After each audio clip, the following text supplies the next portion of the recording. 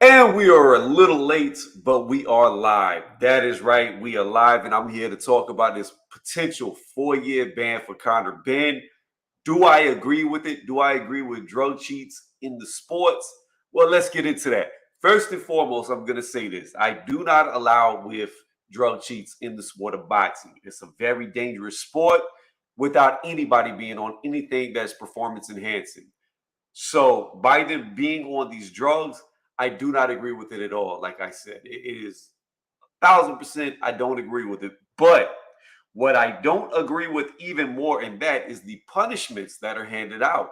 Because to me, my opinions are going to follow a lot in this, but it's not fair. It's not fair across the board. And I'm gonna do a couple little articles to show y'all why, in my opinion, it's not fair. Because to me, it looks like, it appears to be that drug tests are only there to protect the cash cow who is cheating. That's what it looks like. Because in the cases of the big names, in the cases of the premier fighters, they always seem to get slaps on the wrist. However, when up and comer fighters like Conor Benn get caught on something, they get a potential 4-year ban. Now, we don't know how this is going to play out. We don't know if the B sample is going to come back negative. We don't know if something could have been tainted. So I'm not going to point fingers and say automatic until it all comes out that he is guilty. What we do know is that normally A and B samples tend to have the same results as it is from the same sample. They are just separated, but there have been rare cases of where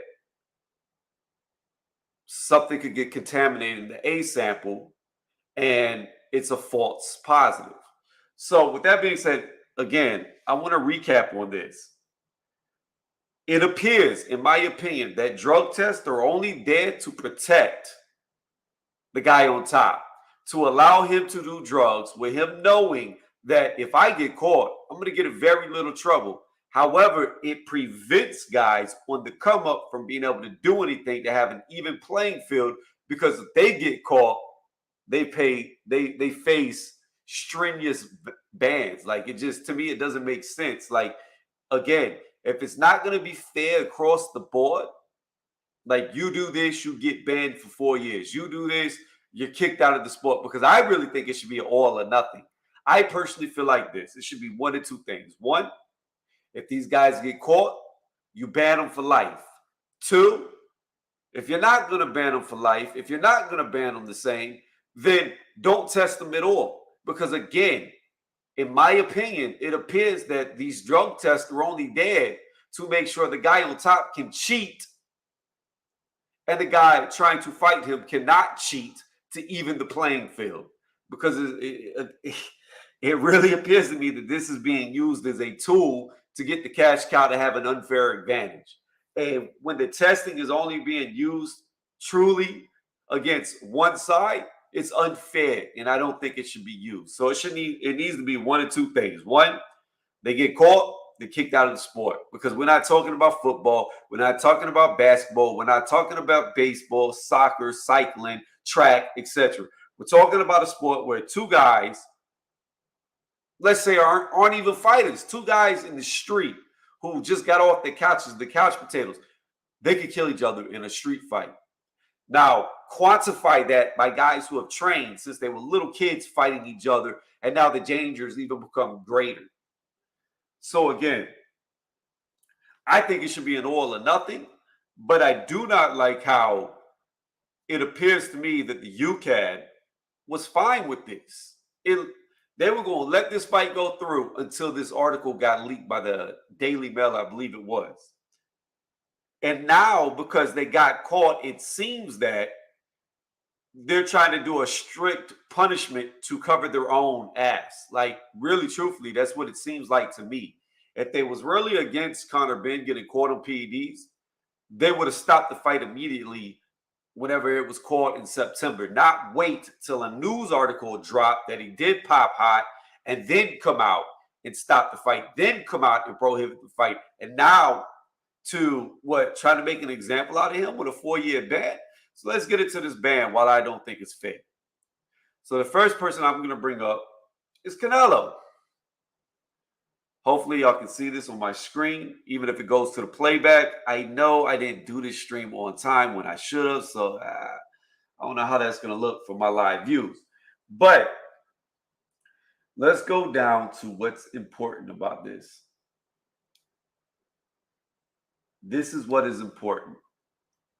Alvarez's suspension will be lifted on August 17th, 6 months from February 17th, the date of his positive drug test. Now, let's go to Canelo Alvarez's Boxrec. And this article was made in April 18th, 2018. That's when it was published.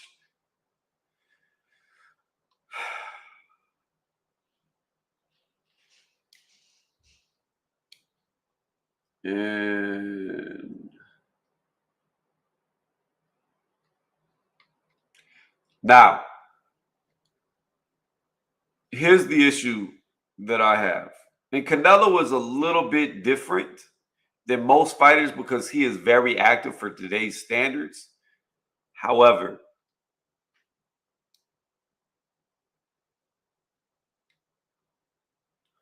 so we know he was suspended for 6 months, right?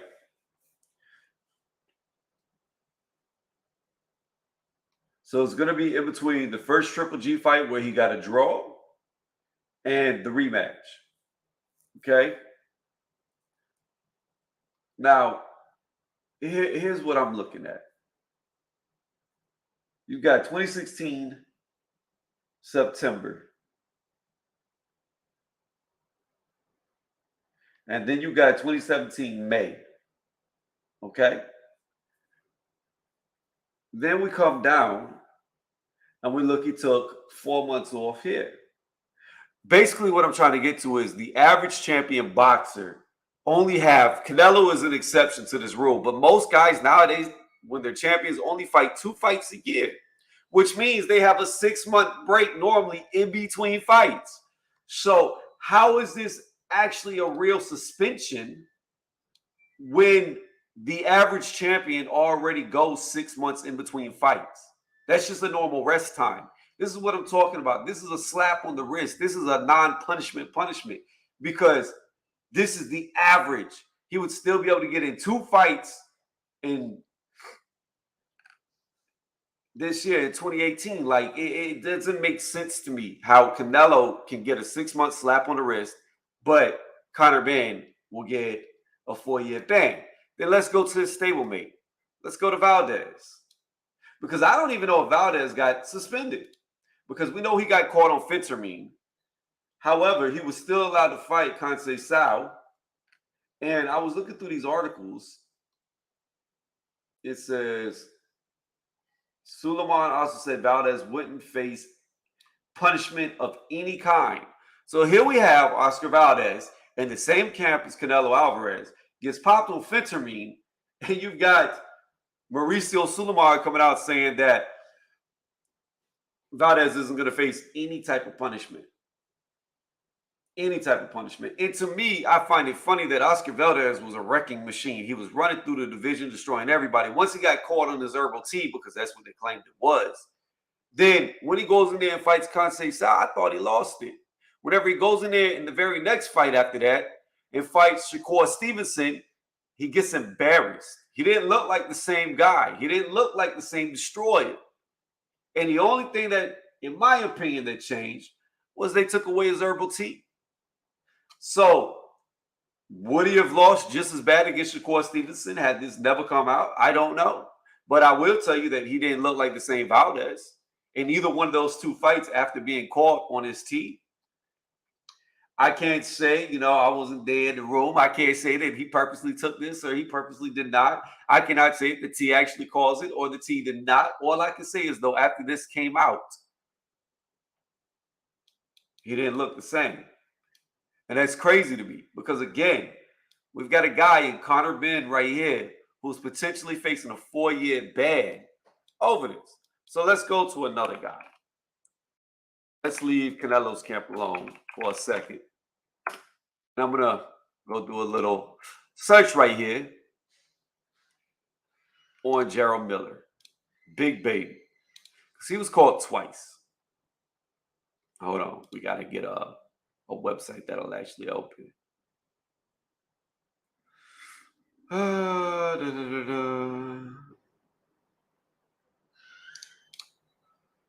So this is the first time he was caught. So we're going to go down here. So VADA test coming up positive with GW1516, EPO, and HGH. I did a video on this breaking down what these do for you. We know right here, increases bone density, muscle growth, etc., endurance. I'm trying to scan through this article real fast to pull it up to where it shows the 6 month. All right, well, WBA hands down 6 month suspension to Gerald Miller after 3 failed drug tests. So he got popped for 3 things. 3, not 1, not 2, but 3. And yet he, for his first failure, because he failed again, and on his second time, he only got a 2-year ban.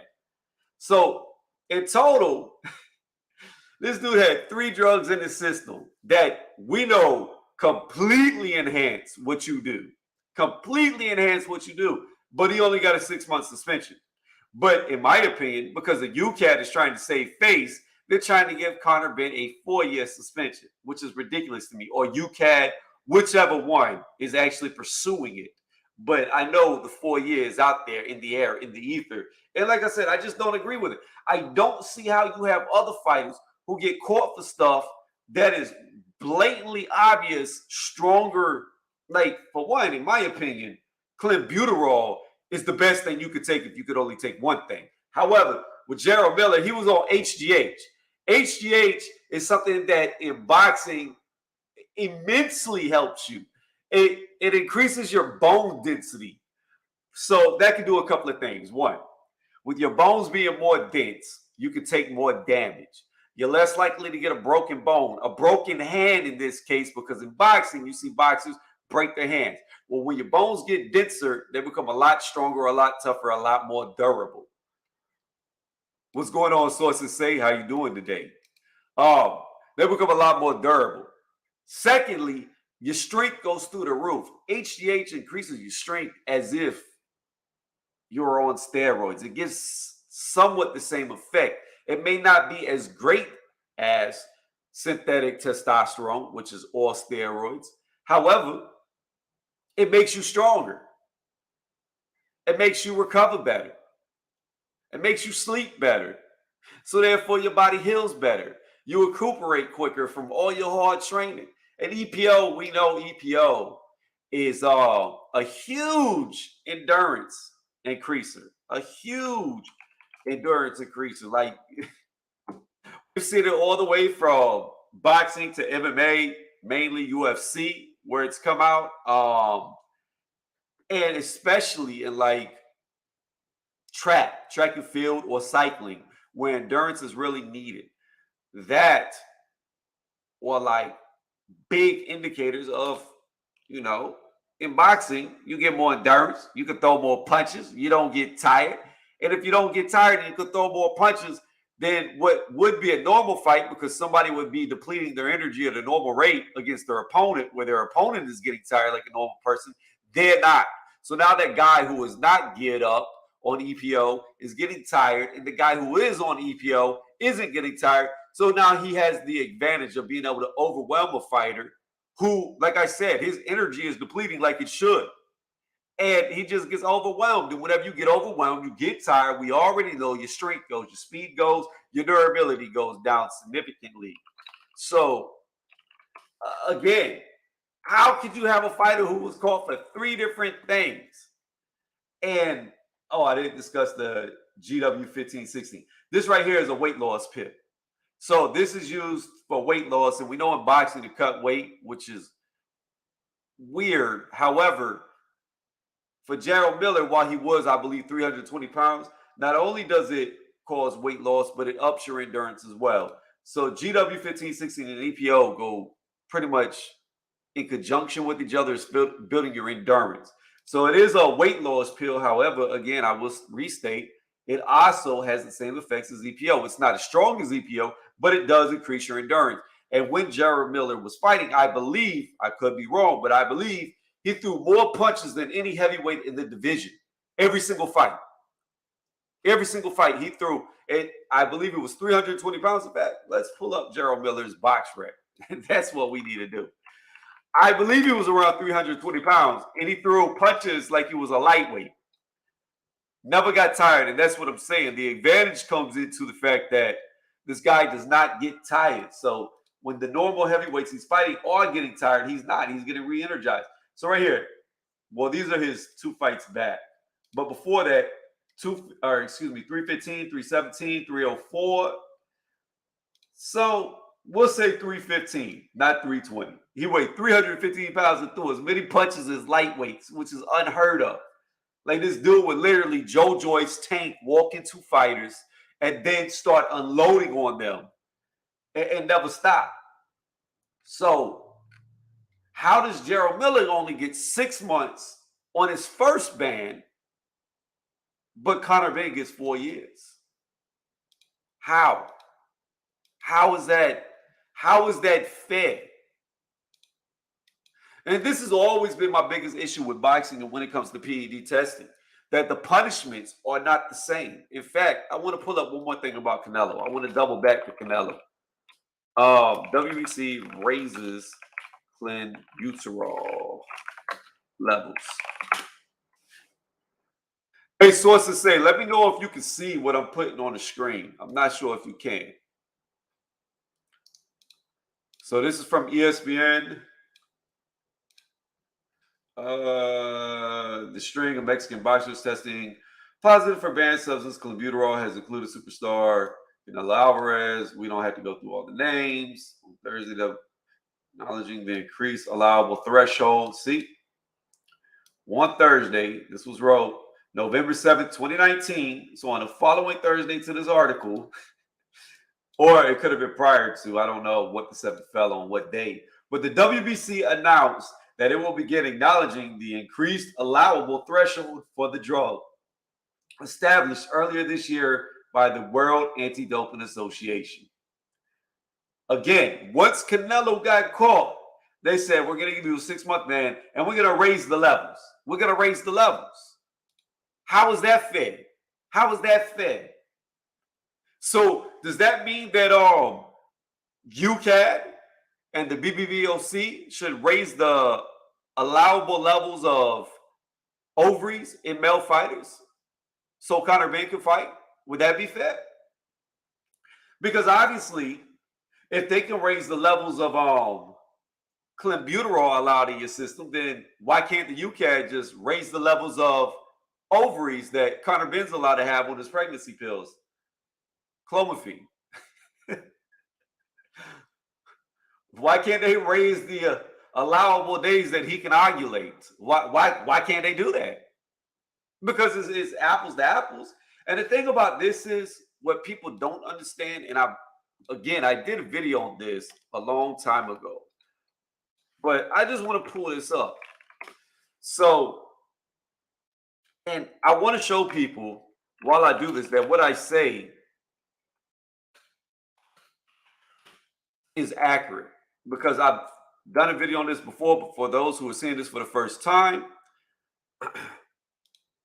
this is what I want to bring up, especially about Clen, because I personally do not believe, and this is my personal opinion, this is not the opinion of the doctors that they use, this is not the opinions of anybody that they use, these are my personal opinions, and they could be wrong. I do not believe they are wrong, but they could be wrong. So I'm saying that on the record to say this. Clenbuterol, its half-life is about 35 hours, okay? So let me explain what a half-life is. Let's pull up half-life. All right, and I want to read this verbatim so people don't think I'm making this up, even though I've explained this several times. What is a drug's half-life? The half-life of a drug is the time it takes for the amount of a drug's activity substance in your body to reduce by half.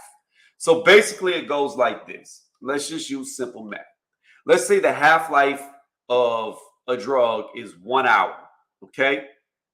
That means after 1 hour, that half-life of it remaining in your system becomes 30 minutes. After that 30 minutes is now 15 minutes. After that 15 minutes is 7.5 minutes. And so on down the line till it's non-existent. So a half-life speeds up extremely fast as it's in your system. Now, my issue is, and let me show you this. Let's go into Clenbuterol because that's what we're focusing on right now. Like I said, I've done this before, but I want to show people that what I have been saying in the video I did, if you haven't seen it, is accurate.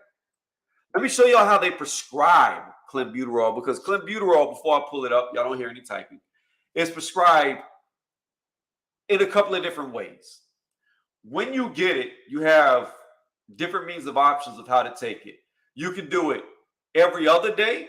You can do it 2 to 4 days on, 2 to 4 days off, or you can do it 7 days on, 7 days off. And the reason for this is this reason right here. If you were to take Clenbuterol nonstop, day after day after day after day after day, the half-life is so short on it that your body no longer gets the benefits from taking it. So that's why you have to cycle on, cycle off constantly, or your body gets saturated with it. And instead of you getting a positive effect, while it may be a little bit positive, it tapers off and it's not as good as if you did it for your first time. That's why Clen has to do it, because Clen has an extremely short half-life when it comes to medical drugs. So let's pull up Clenbuterol. And then we're going to type in cycles. I guess that would be the best way to Google search this. Let's see. Let's go to the medical. They had a bodybuilding one. All right. Let's get rid of this real fast. Explain half-life. All right. This is just explaining. All we want to get to is the backup, what I just said. It's a bronchodilator. That's why people will use it. Clenbuterol initially was used as an asthma drug, bronchodilator. However, bodybuilders, performance athletes, and those wanting to lose weight use it. So yes, Clenbuterol will aid in losing weight. However, it aids in a plethora of things. Not only does it help you lose weight, and I'll pull that up too. You know what? Let's go down. Let's stick the topic, and then we'll go to why somebody would use it, because the benefits of it are amazing. So let's move on. Dosage. That's just saying the milligrams.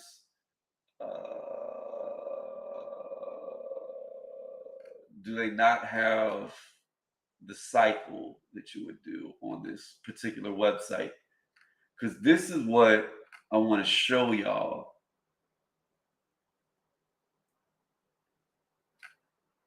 Okay. It doesn't. So let's pull up a different website. I got to pull it to the side because I just want to show y'all how it is given, prescribed by a doctor.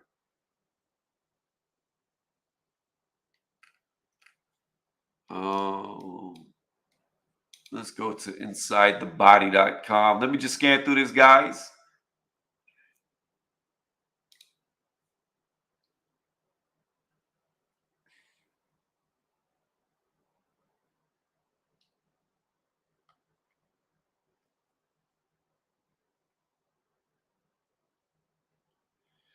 Okay, this is like bodybuilding right here because they're talking about taking a Winstraw,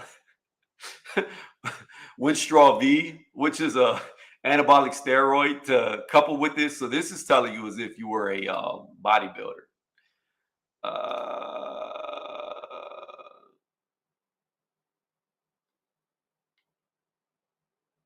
I'm trying to see what I would type in to get the answer that I want to show y'all so it can be verified by Google and not just me talking out my ass, because sometimes people think you talk out of your ass without seeing proof.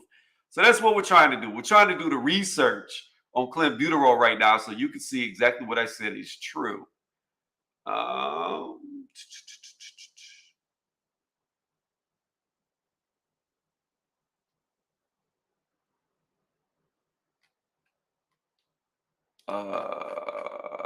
Clenbuterol. How doctors prescribe.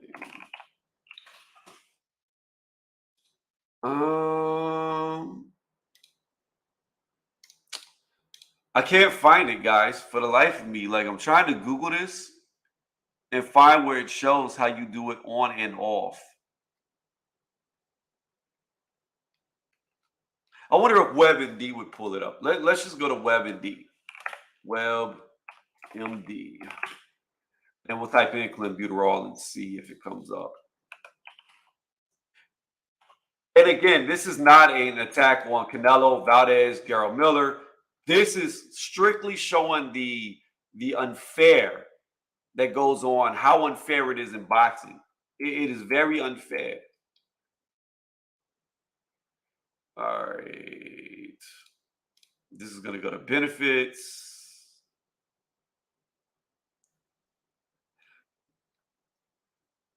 Why are they not telling you how to take it?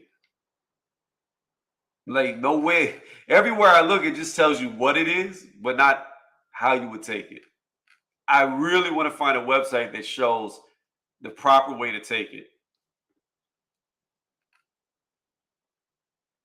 So again, this is just, according to WebMD, it's saying that the total half-life time is 39 hours, which we saw on Wiki was 35 hours. This is my problem. This is my problem, and it's always been my problem, and I've said it several times when it comes to Clenbuterol.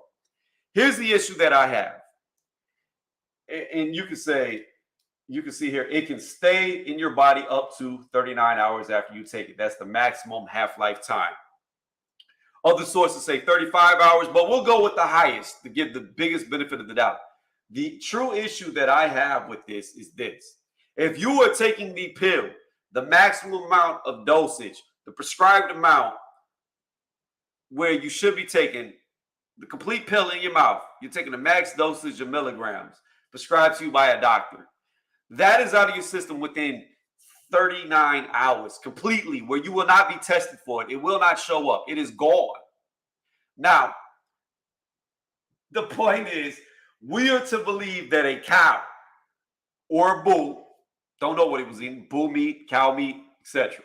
Normally, they don't kill cows, but I don't know what they do. Bulls, but I don't know how they do slaughterhouses in Mexico. So we're to believe that a cow was taking Clenbuterol, which they do, to increase in weight.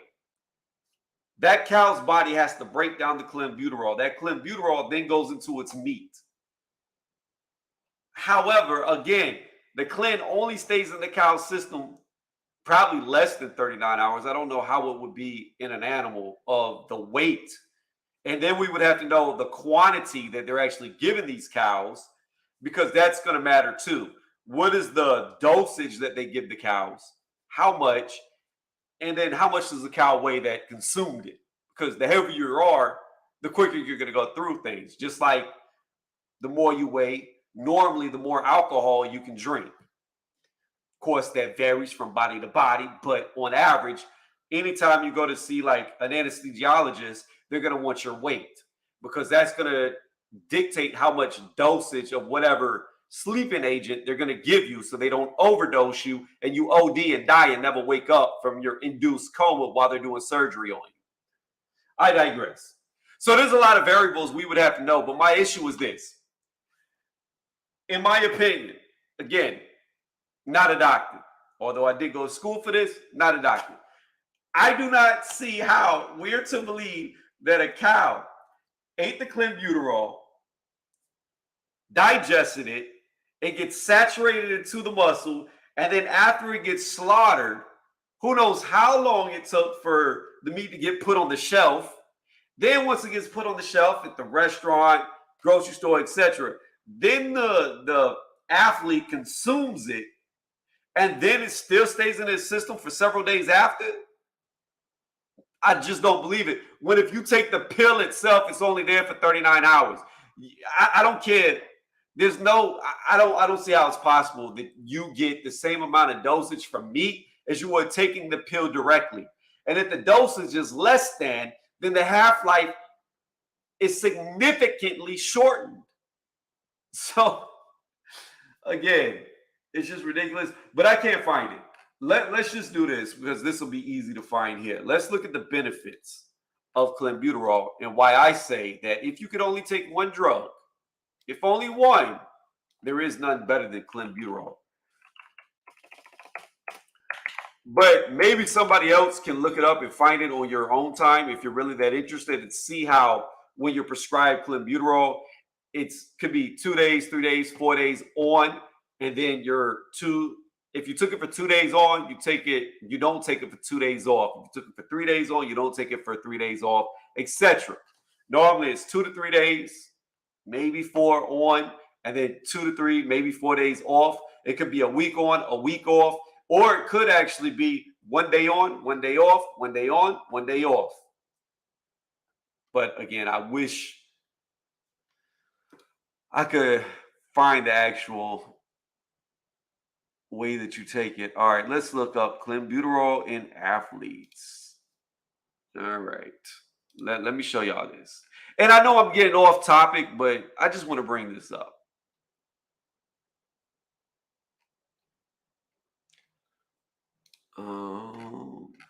Actually, this would probably be better for bodybuilding.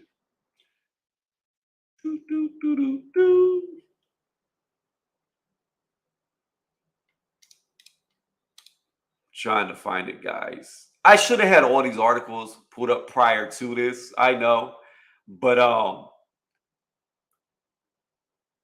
this started way later than it should have. So this is one thing I want to show y'all. In America, I've talked about this before too. The reason why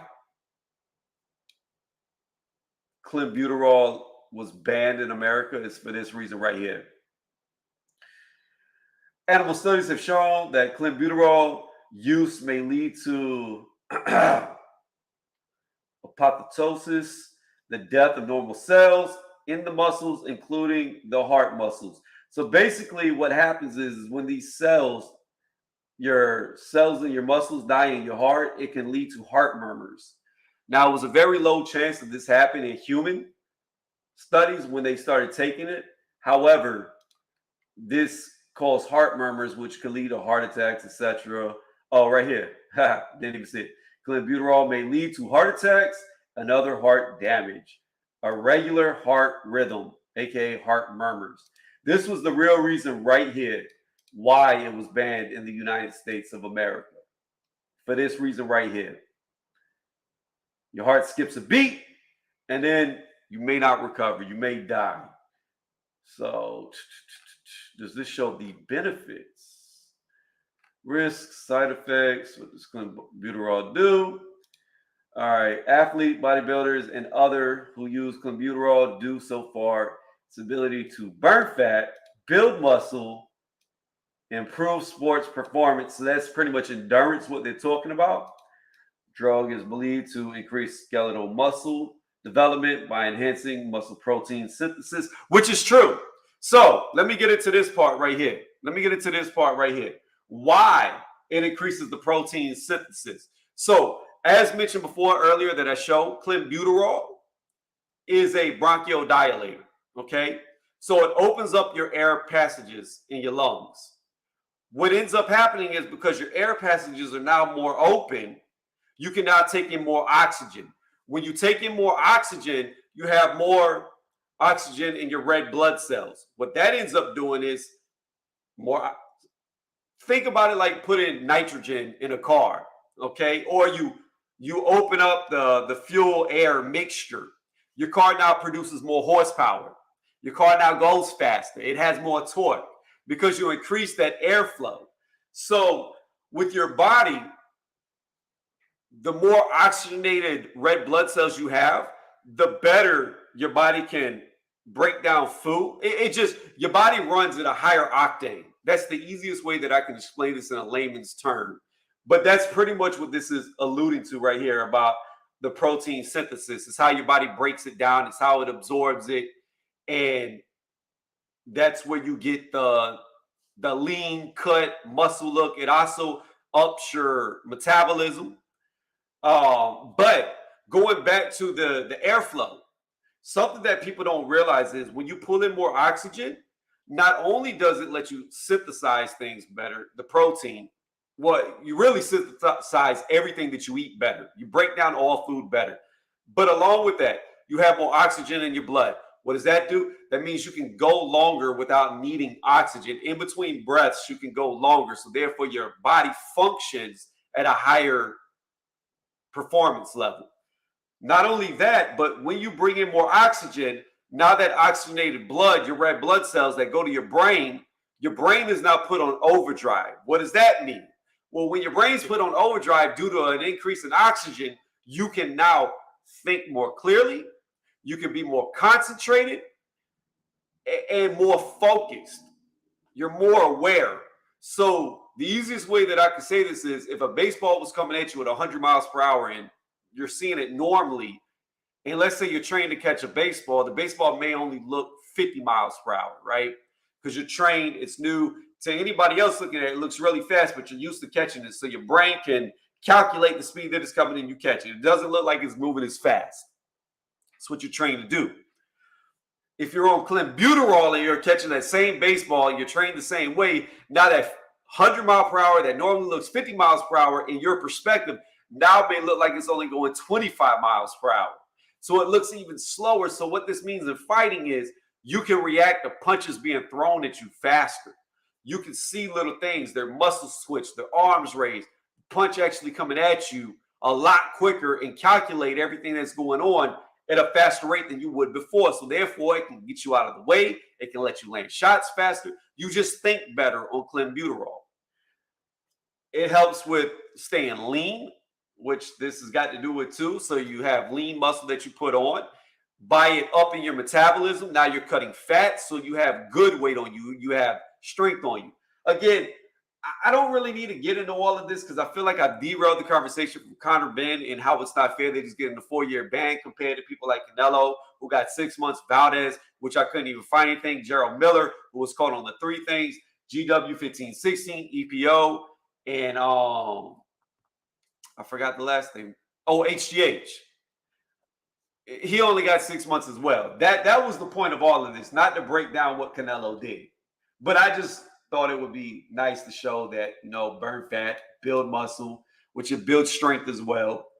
You have lean muscle, and it's, right here. Your oxidation levels go up. So there it is. All right, let's get rid of that. But again, let me go to these chat. Let me see what you said.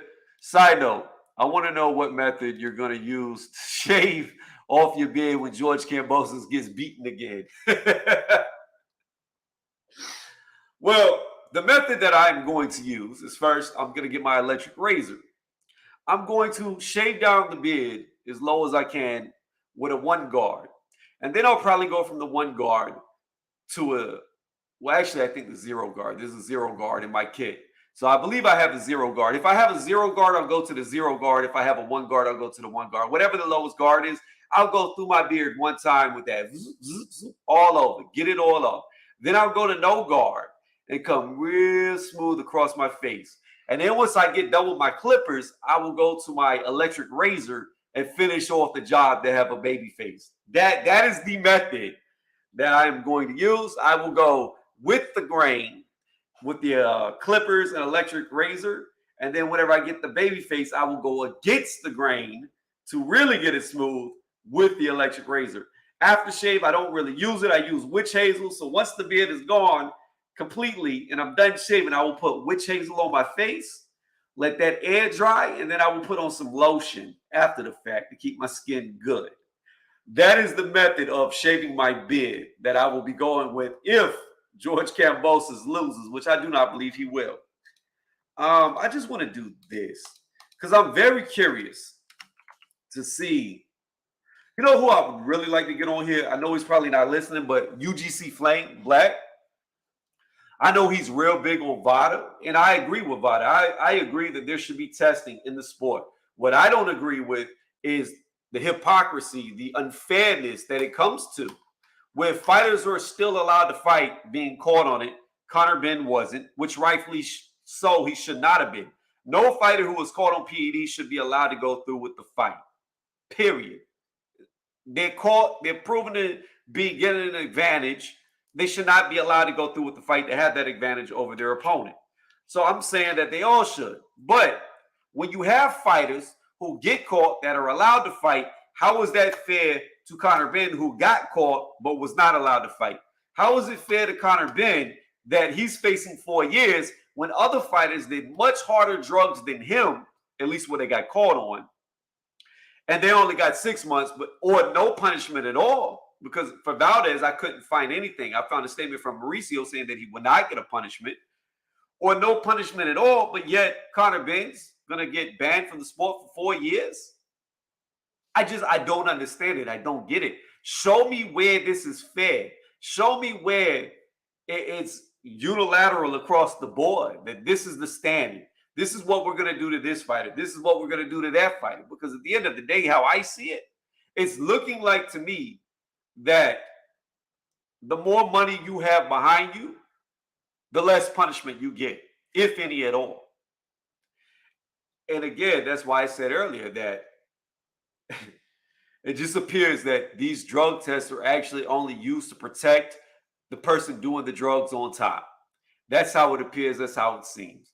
Because if you know you're on top and you know if you get caught, you're going to get a slap on the wrist, then you're going to do it because it's not going to matter. You're going to get that edge. 9 times out of 10, they're not going to catch you. If they do catch you, it seems like they sweep it under the rug. And if it gets leaked out, who cares? You're going to get a slap on the wrist and still probably be allowed to go through with the fight.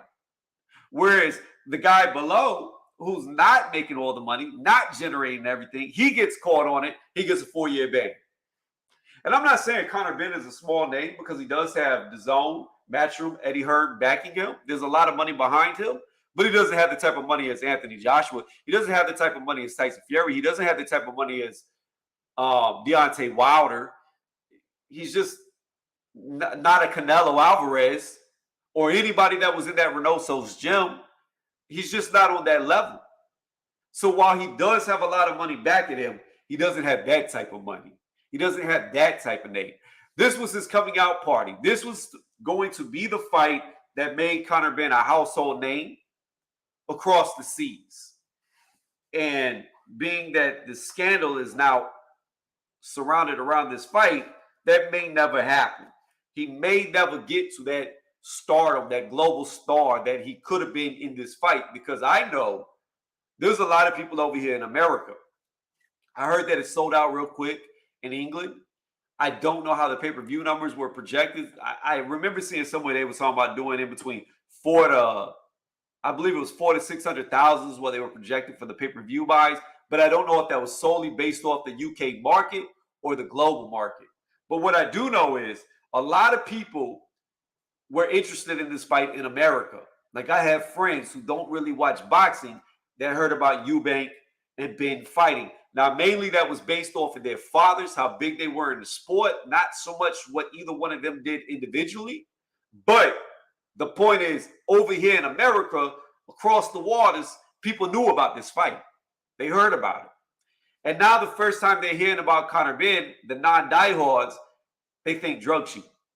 So his career may be over, especially if he gets a 4-year ban. I don't know.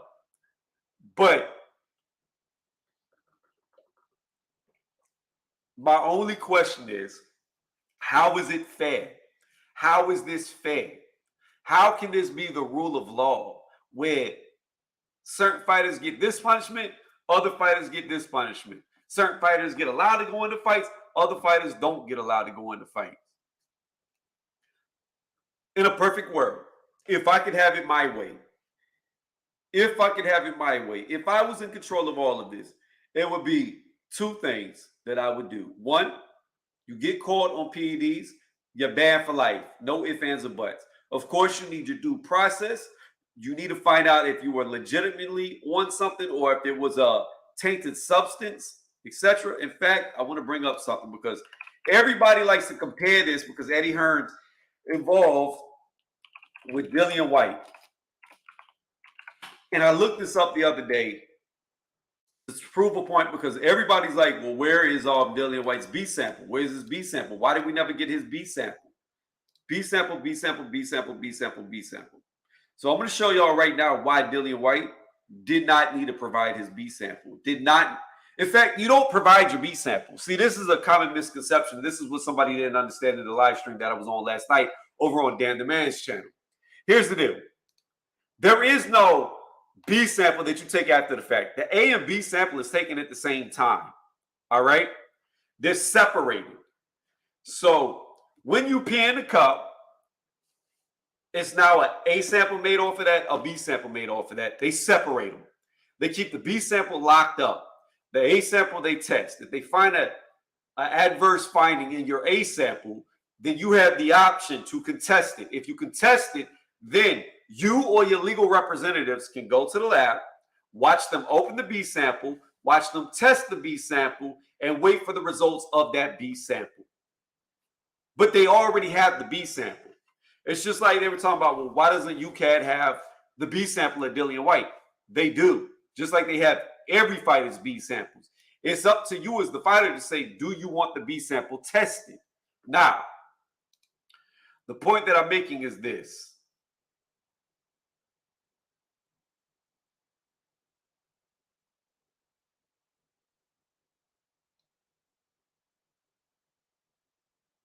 I'm trying to find it in the article. This is what's important. And UCAD put this out about Dillian White. Because Dillian White, Conor Benn are not the same. And this is why I'm saying they're not the same. It says right here, this is what's important. An isolated contamination event. They are not suggestive of doping. So I don't know if this means that his urine was contaminated. Something happened in the lab that contaminated this.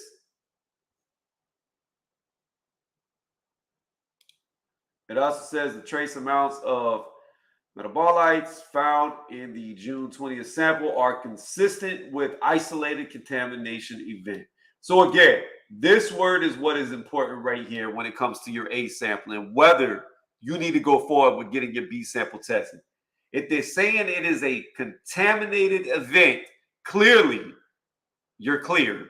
Clearly, you don't have to do the B sample because they're saying there's nothing wrong with the A sample. This right here is your alibi. This is what the UCAD, to my understanding, if I'm reading this correctly, and I could be wrong, is saying that they were in the wrong, that it was contaminated, and he is clear. Thus, why you never saw the Dillian White B sample, because it was not needed. If they never came to this result of contamination, then the B sample would need to be seen, or Dillian White could have just taken his punishment.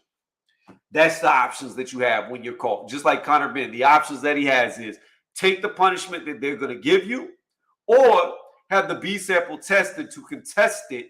If you truly know that you were clean, which 99% of the time, this does not happen. This is very rare that they would come out and say that the sample was contaminated. Because most time when the A sample is positive, the B sample is going to be positive, and there's not contamination. That's very rare, especially in a lab setting, especially with all the strenuous things that they go through, the protocol to not have a sample contaminated. Now, again, that's how I'm reading the article. I could be reading it wrong, but that's how it reads to me. Back to the point. Conor Benn at least deserves to either prove himself innocent or admit that he is guilty or be proven guilty. Everybody deserves that. So if he is found guilty, then again, I got to come back to this whole thing where I started from the beginning. How does he deserve a 4-year ban when other fighters have been caught on multiple things and only got a 6-month ban? I hate it. I hate the way that they lay out these punishments. I really hate it. I hate it. Because again, let me get back to the point where I digress from. Because I like to ramble on a lot. So back to the point of what I was saying. So let me say what if Blue was here, he would like this. I digress. back to the point. In a perfect world, what I would do if it was me in charge, one, you get caught on PEDs, proven to be guilty, you're banned from the sport. We don't need you here. Two, every fighter on your undercard, you're going to have to compensate them for all the money they spent getting ready for the event. Because boxing isn't like other sports. For instance, if I'm a football player, right? I'm getting paid. I'm on the job. Every time I go to a training camp, it's already been worked out in my contract that I'm getting paid. I'm not paying the coaches to train me. I'm not paying to use the weight rooms. I'm not paying to do any of that. It's all included with my job. It comes free to me as a benefit, and this is what I'm getting paid. In boxing, that's not the case. You have to pay your trainers. You have to pay your cutting. You have to pay your sparring partners. You have to pay to rent out wherever you're going to do your training camp. If it's abroad, if it's home, then you still have to pay the gym itself to be able to rent the space to have nobody else in there, clear everybody else out for however many weeks you're going to do it, whether that be a short turnaround, 2 weeks, 4 weeks, which is still short, a normal camp that's 8 weeks, or a long camp that's up to 12 weeks. You've got to rent that space and pay them what they would lose. They've got to be compensated their revenue that they're not getting because you're now taking up the gym 100% of the time for X amount of days. They're basically having to close shop to accommodate you in your fight. All that money adds up. And when you're banking on what you are contractually obligated to get paid to be reimbursed for the money that was spent, and now you no longer get that money because a fight is canceled, now you're out. Thousands of dollars, potentially tens of thousands of dollars, depending on where you're at, what your notoriety is, how good your team is, how much you're putting into it because of how much you're making back. Whereas in football, let's just say you're training with random name, the Patriots, right? And you're playing the Cowboys. And let's just say the Cowboys bus gets into a wreck and now the game is off. None of those athletes are now negative money because the game didn't happen. Not the ones in the wreck, the Dallas Cowboys, or the Patriots that are waiting to play them. They're all still getting paid. But they're not out money because the game did not happen. Only in boxing, if fights get canceled, are you out money. So, in a perfect world, like I said, number two, whoever was found guilty, especially if it's a main event card that stops the show, they should be obligated to reimburse all the fighters below. And if that fighter cannot do it, then their promoter that's backing them should be obligated to make sure all those fighters get paid, reimbursed all their expenses, plus some type of pay. That's how it would be for me. You're out the sport and you're about to pay this big ass fine. And I hope you made enough money to reimburse to everybody because I really don't care. You better sell your house, better sell your cars, you better do everything you need to do to pay these people back the money that you cost them. And the other thing about big main event cards like this too is the unknown exposure that a fighter could have on these big fight cards. If it's a nobody and they have the show of their life and they steal the show, they're better than the main event, then there's no telling how much revenue they could create off this main event card. Now somebody who was a virtual nobody is now a household name overnight. Now your next fight, you are the main event because of the performance that you put on. There's no way to quantify that. The potential revenue that's lost because of something like this. And it's unfortunate because I don't know any other sport outside of boxing that you have to have a full-time job and do the sport to make it in that sport. A lot of people don't know that. When you don't have somebody like Eddie Hearn backing you, Bob Arum, Al Heyman from the jump, and you're doing this out of your local gym, not only are you training to fight, but you got to have a full-time job to be able to support yourself because you're not making no money fighting. See, boxing's not like MMA. MMA is a little different. Whereas MMA's pay at the top is trash, garbage. However, the lower down the totem pole fighters make a decent living. You'll never make as much in MMA, not even close. It's atrocious what their top athletes get paid. But the guys on the cards aren't fighting for $100, $200 like you could be doing in professional boxing when you're a virtual nobody. That's all you could be getting. For your first few fights before a big major promoter sees you and sees how good you are, you might only be making a couple of $100. So you got to have a full-time job to support the sport that you love because it doesn't pay enough at the bottom. It's not, I guess, regulated well enough, and I don't really think there would be a way because unlike other professional sports, in boxing, anybody can be a pro boxer. All you got to do is apply for your license and pass all your health checks. That's it.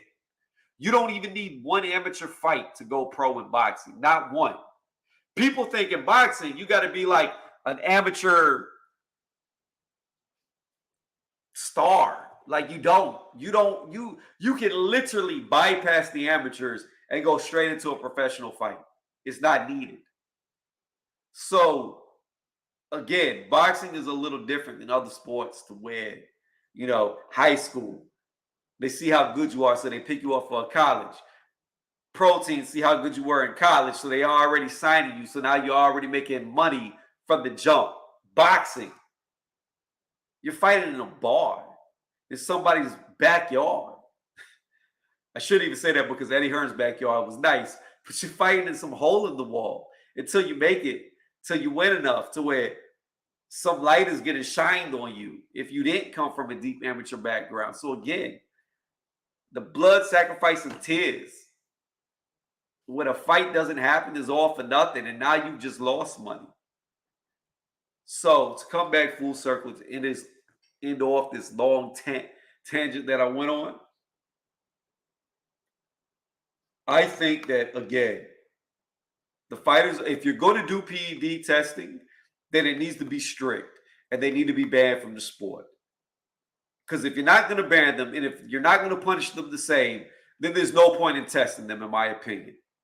If a premier fighter gets caught but gets a slap on the wrist, which means nothing happens to them, then they're going to keep doing it because there's no worry. If a no-name fighter gets caught and they get a 4-year ban or more or kicked out of the sport, then how is that fair? It's not. So either punish them the same or don't punish them at all and don't do the testing. 2, if you are punishing them the same and it is a main event card, then those fighters that get caught should be obligated to reimburse everybody underneath, or their promoters should have to be held liable, as that is their fighter, to pay back everybody on the undercard. That's just how I see it.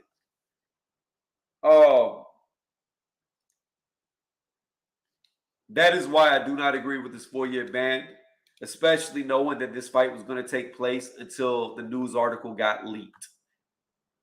Finding out from Eddie Hearn, allegedly, that the UCAD knew about it, that the BBBOC knew about it, that both teams knew about it, and they all were fine with it going forward. And now, all of a sudden, because it got leaked, you want to do a 4-year ban and stop a fight that was already going to happen? Ridiculous. It's ridiculous. So I think I'm going to end it here. I'm sorry, guys, that I did not start the stream on time. It was supposed to start at 7 a.m. Eastern Standard Time. The stream did not start till 10:30 Eastern Standard Time. So it happened way past when I wanted to do this live. And if you catch this on the playback, let me know any critiques doing these live streams that I rarely do of how we can improve this. Do you think I should have my material ready ahead of time? Do you think I should have different pictures, slides, etc.? Help me make this channel better. But on that note, I'm out. Y'all have a good day, and thank y'all for listening. I really do appreciate it. And don't forget, if you haven't done it yet, hit the thumbs up and subscribe to the channel if you're a new listener.